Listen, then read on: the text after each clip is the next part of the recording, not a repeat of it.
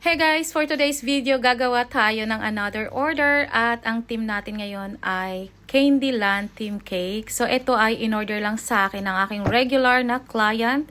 So, from first month ni Baby Molly sa akin na si ma'am umu-order hanggang sa nag 1-year-old siya. Ito pala ay 2 kg na cake. So, ang size nito ay 7 by 6. So, yung price po nito ay depende sa design. Usually, nagre-range sa 250 and above. May kasama na tong 12 pieces na cupcakes. Mga nagtatanong kung bakit hindi pare-parehas yung price ng cake ko. Kasi, depende nga po yan sa design. Kung mahirap yung mga details, mas mataas yung presyo. Pero kung madali naman, so mas mababa. So kahit saan po kayo magtanong na baker, so yan, depende po yan sa design na ipapagawa nyo.